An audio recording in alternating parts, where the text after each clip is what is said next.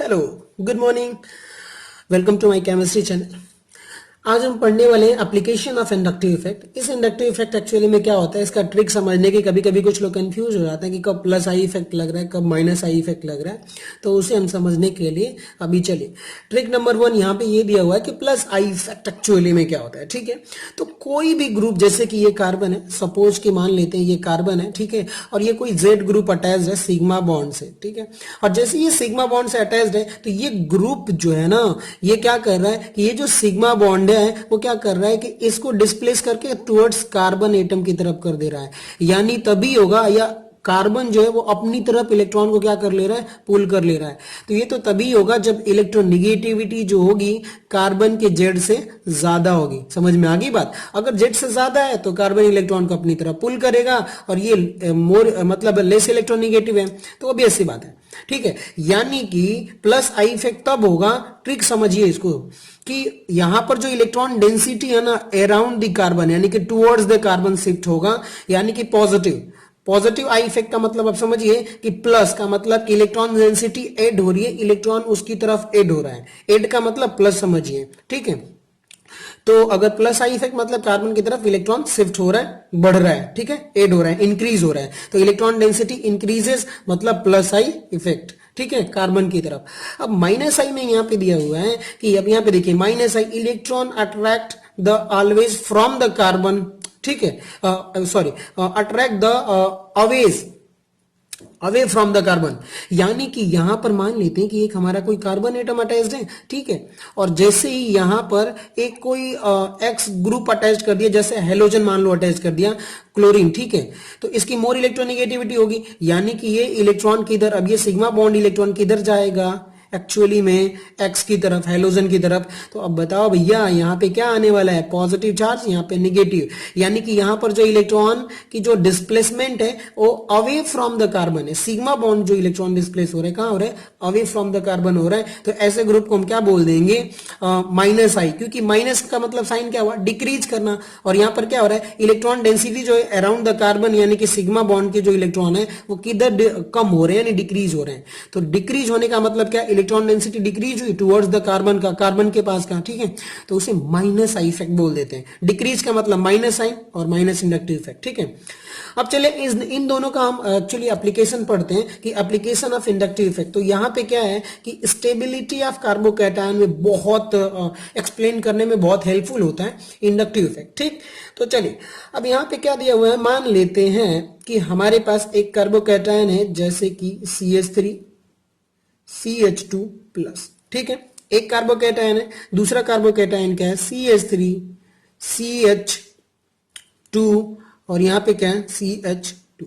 ठीक है, अब मान लेते हैं कि थर्ड कार्बोकैटायन जो है वो CH3 CH2 CH2 और CH2 पॉजिटिव चार्ज है, ये प्लस आई इफेक्ट ग्रुप है। क्या है, प्लस आई इफेक्ट ग्रुप। ठीक, प्लस आई इफेक्ट ग्रुप। ठीक, अब यहां पे क्या है देखिए, सी, अब इस कार्बन को जब हम देखेंगे तो इसकी एक्चुअली स्टेबिलिटी क्या हो जाएगी, इस कार्बन क्या है, इनकम्प्लीट ऑक्टेट है। ठीक है, क्या होगा, इनकम्प्लीट ऑक्टेट। अब जैसे ही इनकम्प्लीट ऑक्टेट हुआ मतलब ये क्या हो गया, अनस्टेबल। जब आप काउंट करोगे तो इसमें एक्चुअली 6 इलेक्ट्रॉन होगा, 8 इलेक्ट्रॉन नहीं होगा। तो अब बताओ भैया ये क्या है कि अनस्टेबल कंपाउंड है, यानी कि यहाँ पे ये जो CH3 जो ग्रुप है ये प्लस आई ग्रुप है, तो ये क्या करेगा, ये इलेक्ट्रॉन देखो यहाँ पर ये प्लस आई ग्रुप था, प्लस आई ग्रुप, तो इलेक्ट्रॉन क्या कर रहा था, डोनेट कर रहा था कार्बन की तरफ। अब देखो कि यहां पर जो है कार्बन के अराउंड पहले से इलेक्ट्रॉन की डिफिशियंसी है, इलेक्ट्रॉन का में 6 इलेक्ट्रॉन है। अगर ये CH3 group plus I group है, जो इलेक्ट्रॉन अगर सिग्मा इलेक्ट्रॉन को कार्बन की तरफ थोड़ा सा डिस्प्लेस कर दे, तो यहाँ पे जो इलेक्ट्रॉन की वैकेंसी है, इलेक्ट्रॉन की डिफिशियंसी है, वो थोड़ा सा कम हो जाएगा। समझ में आ गई बात? तो जैसे ही थोड़ा सा कम हो जाएगा तो क्या हो जाएगा, स्टेबल हो जाएगा। ठीक है, इलेक्ट्रॉन डिफिशियंट है और ये क्या कर रहा है, सिग्मा इलेक्ट्रॉन कार्बन की तरफ पुश कर रहा है, तो अब क्या हो जाएगा, इलेक्ट्रॉन की जो डिफिशियंसी है वो क्या हो जाएगी, डिक्रीज हो जाएगी। ठीक है, और जैसे डिक्रीज होगी तो यानी कि ये स्टेबल हो जाएगा। अब देखो भैया यहाँ पे क्या है, एक मिथाइल था, यहाँ पे मिथाइल प्लस इथाइल है, ये भी इलेक्ट्रॉन डोनेट करेगा, ये भी इलेक्ट्रॉन डोनेट करेगा। अब यहाँ पे क्या है कि ये भी इनकम्प्लीट ऑक्टेट है, इनकम्प्लीट ऑक्टेट, यानी कि ये भी अब इथाइल ग्रुप यानी कि दो ग्रुप मिलकर इलेक्ट्रॉन को डोनेट कर रहे हैं। तो अब बताओ भैया यहाँ पे क्या हो जाएगा कि इलेक्ट्रॉन डेंसिटी थोड़ी बढ़ जाएगी, क्योंकि 8 इलेक्ट्रॉन तो है ही नहीं, इनकम्प्लीट ऑक्टेट है तो अनस्टेबल है। लेकिन अब इथाइल ग्रुप क्या कर रहा है कि इस इलेक्ट्रॉन को पुश कर रहा है कार्बन की टुवर्ड्स द कार्बन। समझ में आ गई बात। तो अब जैसे इलेक्ट्रॉन डेंसिटी यहाँ पे बढ़ेगी, यानी कि इलेक्ट्रॉन की डिफिशियंसी थी, अब क्या हो गया, इथाइल ग्रुप इलेक्ट्रॉन डोनेट कर रहा है, तो क्या हो गया, ये इलेक्ट्रॉन डिफिशियंसी कम हो गई, यानी कि थोड़ा सा और ज्यादा स्टेबल हो गया। यहां पर क्या, पूरा प्रोपाइल ग्रुप ये भी इलेक्ट्रॉन डोनेट करते हैं, ठीक है। और यहाँ पे तो अब इस कार्बन के अराउंड जो इलेक्ट्रॉन डोनेट करेंगे, प्रोपाइल ग्रुप सबसे ज्यादा करेगा, फिर इथाइल से थोड़ा कम और मिथाइल सबसे कम, यानी कि ये जो कि ब्यूटाइल कार्बोकैटायन है ये क्या हो जाएगा, इनकम्प्लीट, ये भी ऑक्टेट है तो ये भी अनस्टेबल होगा। लेकिन अब इन तीनों में अगर स्टेबिलिटी की बात करेंगे तो सबसे ज्यादा किसका हो जाएगा, इसका, फिर इसका, क्योंकि प्लस आई इफेक्ट जो है इलेक्ट्रॉन डोनेट करने की कैपेबिलिटी जो है इसमें सबसे ज्यादा होगी, इसमें थोड़ा कम होगा और इसमें क्या होगा, सबसे कम होगा। तो जितना ज्यादा इलेक्ट्रॉन पुश मतलब प्लस आई इफेक्ट होगा उतना ही ज्यादा स्टेबिलिटी होगी। यानी कि देखो अब एक ट्रिक लगाते हैं कि स्टेबिलिटी ऑफ कार्बोकैटायन, ठीक है, stability of carbocation, stability of carbocation directly proportional to number of plus I group, ठीक है। किसके प्रोपोर्शनलिटी हो जाएगा, प्लस आई ग्रुप जितना ज्यादा होगा उतना ही हमारा कार्बोकैटायन क्या हो जाएगा, मोर स्टेबल होगा। चलिए एक और एग्जांपल से हम समझने की कोशिश करते हैं कि ये जो स्टेबिलिटी ऑफ कार्बोकैटायन है वो डायरेक्टली प्रोपोर्शनल टू जो है प्लस आई ग्रुप के, प्लस आई इंडक्टिव इफेक्ट के ग्रुप के डायरेक्टली प्रोपोर्शनल है। लेकिन अब मान लेते हैं कि एक हमारा एक है एक्चुअली कंपाउंड दिया हुआ है, इसका कार्बोकैटायन है, ये भी स्पीसीज है। अगर मान लेते हैं कि ये जो हमारा पॉजिटिव चार्ज है, जैसे कि अब क्या हुआ कि स्टेबिलिटी क्या होता है कि अगर ऑक्टेट कंप्लीट है तो स्टेबल है, ऑक्टेट का इनकम्प्लीट है तो अनस्टेबल है। यहाँ पे देखो ऑक्टेट का इनकम्प्लीट है, इसके पास कार्बन के पास कितने इलेक्ट्रॉन है, 6 इलेक्ट्रॉन, ठीक है। अब जैसे ही यहाँ पर 6 इलेक्ट्रॉन है, यानी कि अब देखो ये कौन सा Cl जो है इलेक्ट्रॉन क्या कर रहा है, पुल कर रहा है, ये अपनी तरफ इलेक्ट्रॉन पुल करेगा तो ये इधर पुल करेगा इलेक्ट्रॉन, यानी कि electron density away from the electron जा रहा है। इसके पास पहले से ही इलेक्ट्रॉन कम था और इसमें हमने क्या जोड़ दिया, माइनस आई ग्रुप जोड़ दिया, ठीक है, माइनस इंडक्टिव इफेक्ट जोड़ दिया, यानी कि निगेटिव इंडक्टिव इफेक्ट क्या कर रहा है, इलेक्ट्रॉन को पहले से ही खींच रहा है। अब देखो इसके पास इलेक्ट्रॉन की डेंसिटी पहले से ही बहुत कम थी, वैकेंसी था, अब क्या हुआ, माइनस आई ग्रुप हमने ऐड कर दिया फर्स्ट पोजीशन पर, ठीक है। तो अब यहाँ पे क्या होगा कि ये इलेक्ट्रॉन और पुल कर लेगा, यानी कि पहले से ही डिफिशियंट स्पीसीज था और इलेक्ट्रॉन डिक्रीज कर दिया, यानी कि इलेक्ट्रॉन डेंसिटी और कम होगी तो क्या हो गया, अनस्टेबल, ठीक है। अब देखिए यहां पर क्या है, 1 2 3 1 2 3, अब यहाँ पे सेकेंड पोजीशन पे लगा दिया, ठीक है ना। तो अब जो है माइनस आई ग्रुप जो है वो कहां लगा दिया, सेकेंड पोजीशन पर, ठीक है। जब सेकेंड पोजीशन पर लगा दिया, यानी कि अब देखो ये इलेक्ट्रॉन यहाँ पे पुल करेगा, ये यहाँ, और हमने इंडक्टिव इफेक्ट पढ़ा ही है कि जैसे जैसे डिस्टेंस बढ़ता है, ठीक है ना, तो आई इफेक्ट जो है यूनिवर्सली प्रोपोर्शनल टू क्या होता है, डिस्टेंस होता है, ठीक है। आई इफेक्ट जो है यूनिवर्सली प्रोपोर्शनल टू डिस्टेंस होता है, यानी कि अब क्या हो गया कि इसका इलेक्ट्रॉन माइनस आई इफेक्ट जो है वो क्या हो गया, बहुत कम हो गया, थोड़ा कम हो गया, यानी कि अब इससे कम इलेक्ट्रॉन पुल करेगा, यानी कि वैकेंसी जो है इलेक्ट्रॉन की डिफिशियंसी यहाँ पे थोड़ा इसके कंपैरिजन में कम होगी। समझ में आ गई बात, यानी कि ये इसके कंपैरिजन में ये वाला जो है ज्यादा स्टेबल होगा। अब यहाँ पे देखिए कि 1 2 3, यानी कि थर्ड पोजीशन पर लगा दिया, यानी कि अब यहां पर जो है माइनस आई इफेक्ट जो है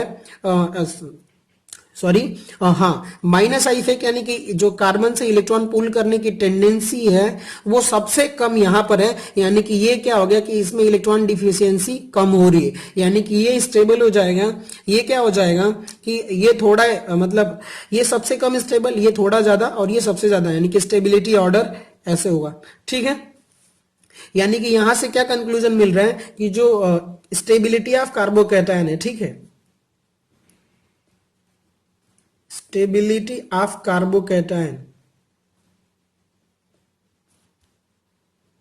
universally proportional to minus I group, ठीक है, किसके है कि स्टेबिलिटी ऑफ जो कार्बोकैटायन है वो माइनस इंडक्टिव इफेक्ट के इनवर्सली प्रोपोर्शनल है, ठीक है।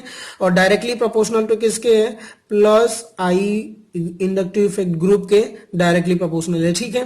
तो ये हमारा समझ में आ गया। चलिए एक और एग्जांपल से हम समझने की कोशिश करते हैं।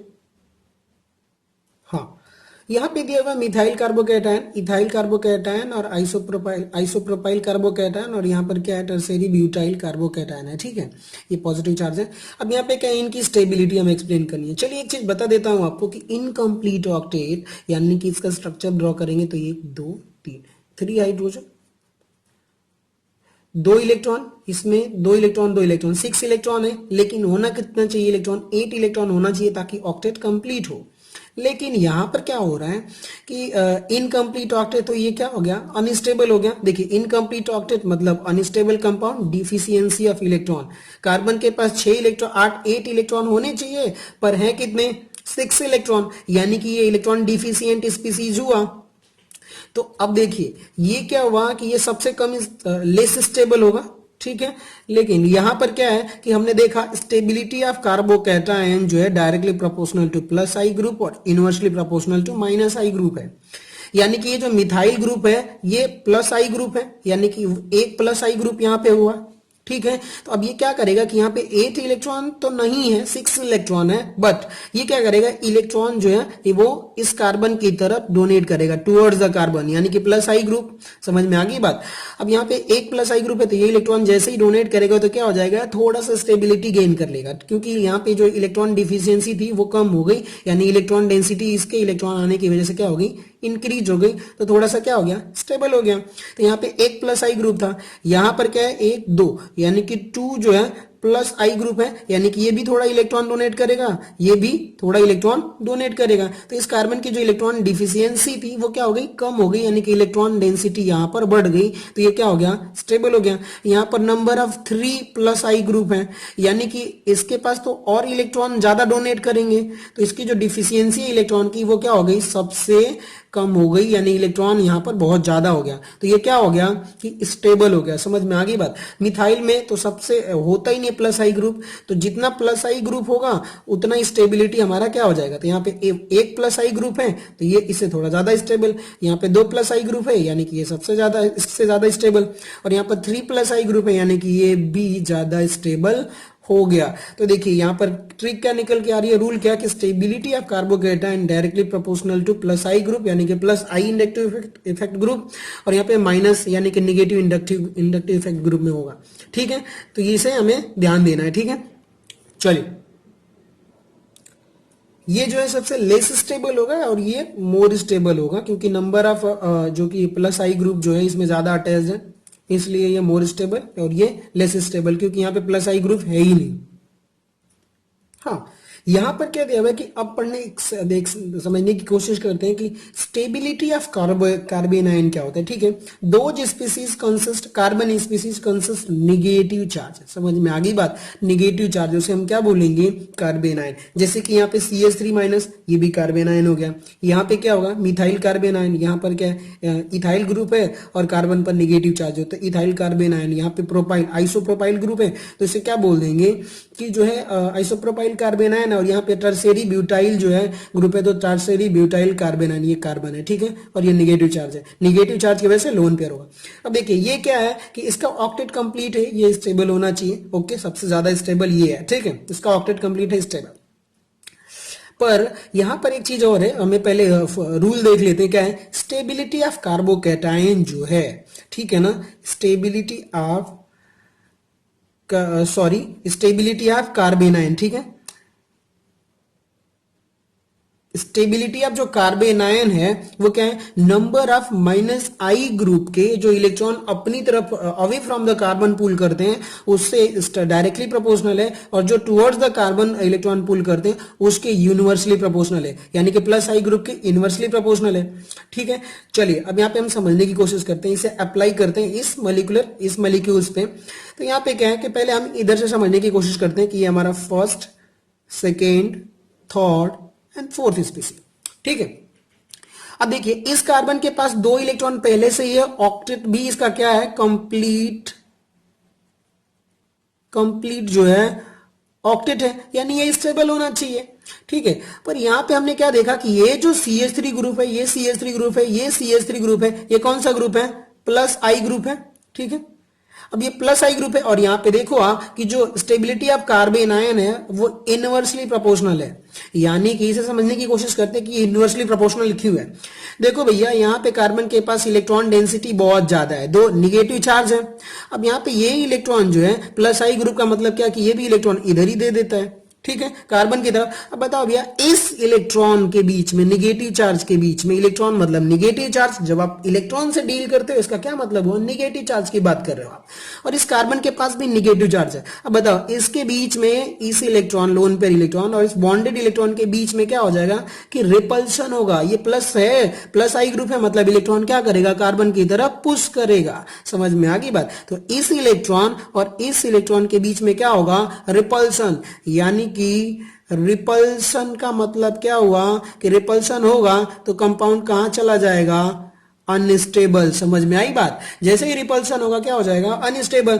तो बताओ, यहां पर 1 2 3 ग्रुप इलेक्ट्रॉन दे रहे हैं, 3 जो ग्रुप है कि कितने, 3 ग्रुप जो है, प्लस आई ग्रुप जो है, इलेक्ट्रॉन डोनेट करने कार्बन की तरफ। तब ये क्या हो गया, अनस्टेबल, क्योंकि ये इलेक्ट्रॉन जो है, ये इलेक्ट्रॉन, बॉन्डेड इलेक्ट्रॉन जो है वो कार्बन की तरफ जा रहा है, टुवर्ड्स द कार्बन, और इसके पास पहले से ही नेगेटिव चार्ज 2 इलेक्ट्रॉन है, तो उनके बीच में क्या हो जाता है, रिपल्शन होता है। और जब रिपल्शन होगा कोई भी मॉलिक्यूल तो वो क्या हो जाएगा, अनस्टेबल। यानी कि यहाँ पे नंबर ऑफ 3, तो अब इसीलिए तो प्लस आई ग्रुप के क्या हो गया, अनस्टेबल हो गया। समझ में आ गई बात। इनवर्सली प्रोपोर्शनल कि प्लस आई ग्रुप 3 है तो स्टेबिलिटी इसकी क्या होगी, सबसे कम हो गई। अब यहाँ पे देखो, प्लस आई ग्रुप जो है कितना है, 2 है, यानी कि ये इलेक्ट्रॉन यहां पर देगा, ठीक है। यहां पर 3 इलेक्ट्रॉन दे रहे थे तो रिपल्सन और ज्यादा होगा, यहां पे 2 दे रहे तो थोड़ा सा रिपल्सन कम होगा, तो स्टेबिलिटी क्या हो जाएगी, थोड़ी मतलब ज्यादा हो जाएगी, ठीक है। जितना ज्यादा रिपल्सन उतना ही ज्यादा अनस्टेबल कंपाउंड। तो अब यहाँ पे क्या है, थोड़ा सा कम है, यानी कि यहाँ पे देखो कि कम हो गया तो स्टेबिलिटी थोड़ी बढ़ गई, यानी कि ये सबसे लेस स्टेबल हो गया, इससे ज्यादा स्टेबल ये हो गया। अब बताओ भैया कि यहाँ पे एक ही ग्रुप इलेक्ट्रॉन दे रहा है, यानी कि रिपल्सन बहुत कम है, यानी कि स्टेबिलिटी क्या हो गई यहाँ पर इसके कंपैरिजन में ज्यादा हो गई। और यहाँ पर तो कोई भी रिपल्सन नहीं हो रहा है, कोई ग्रुप दे नहीं रहा, तो ये एज ऑक्टेट की तरह स्टेबल है, इसलिए सबसे ज्यादा स्टेबल है। यानी कि मिथाइल जो कार्बन आयन है वो ज्यादा स्टेबल होगा, फिर इथाइल कार्बन आयन, फिर उसके बाद से मतलब स्टेबिलिटी इनकी क्या हो जाएगी, डिक्रीज होती जाएगी। समझ में आ गई बात। चलिए अब यहां पर क्या दिया हुआ है कि हम थोड़ा समझने की कोशिश करते हैं कि रिपल्सन जितना ज्यादा होगा स्टेबिलिटी ही उतना कम होगी। समझ में आ गई बात। यानी कि इनवर्स का रिलेशन होगा, ठीक है, इनवर्स का रिलेशन कि अगर रिपल्सन ज्यादा है तो स्टेबिलिटी कम हो जाएगी, ठीक है, अगर रिपल्सन कम है तो स्टेबिलिटी ज्यादा हो जाएगी, यानी कि ये इनवर्स का रिलेशन होता है रिपल्सन और स्टेबिलिटी में। चलिए अब यहाँ पे एक और देख लेते हैं कि इंडक्टिव इफेक्ट जो है वो डिस्टेंस के यूनिवर्सली प्रोपोर्शनल है। जैसे कि यहाँ पर ये फ्लोरीन यहाँ पे अटैच्ड है, फिर एक कार्बन से दूसरे कार्बन तो थोड़ा डिस्टेंस हो गया, एक कार्बन का डिस्टेंस हो गया, फिर यहाँ पे 2 कार्बन का डिस्टेंस हो गया, तो वो जो इंडक्टिव इफेक्ट है ना वो कम होता जाता है, न्यूट्रलाइज हो जाता है। समझ में आ गई बात, डिक्रीज होता जाता है। और जो स्टेबिलिटी ऑफ कार्बन आयन वो negative minus inductive effect group के डायरेक्टली प्रोपोर्शनल होता है। चलिए ये हमारा कार्बन आयन है, ठीक है। अब यहाँ पे एक कार्बन पे जस्ट उसके बाद वाले कार्बन पर माइनस आई ग्रुप जुड़ा हुआ है, जो इलेक्ट्रॉन क्या करता है, अपनी तरफ पुल करता है।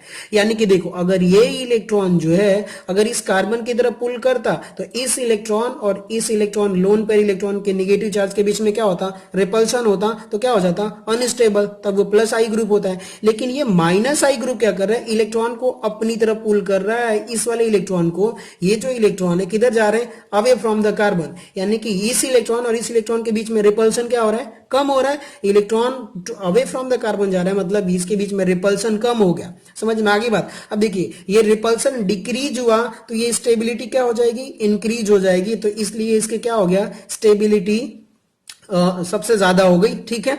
अब यहां पे दिखाता हूं। अब यहां पे देखिए एक से दूसरे पोजीशन पे आ गया।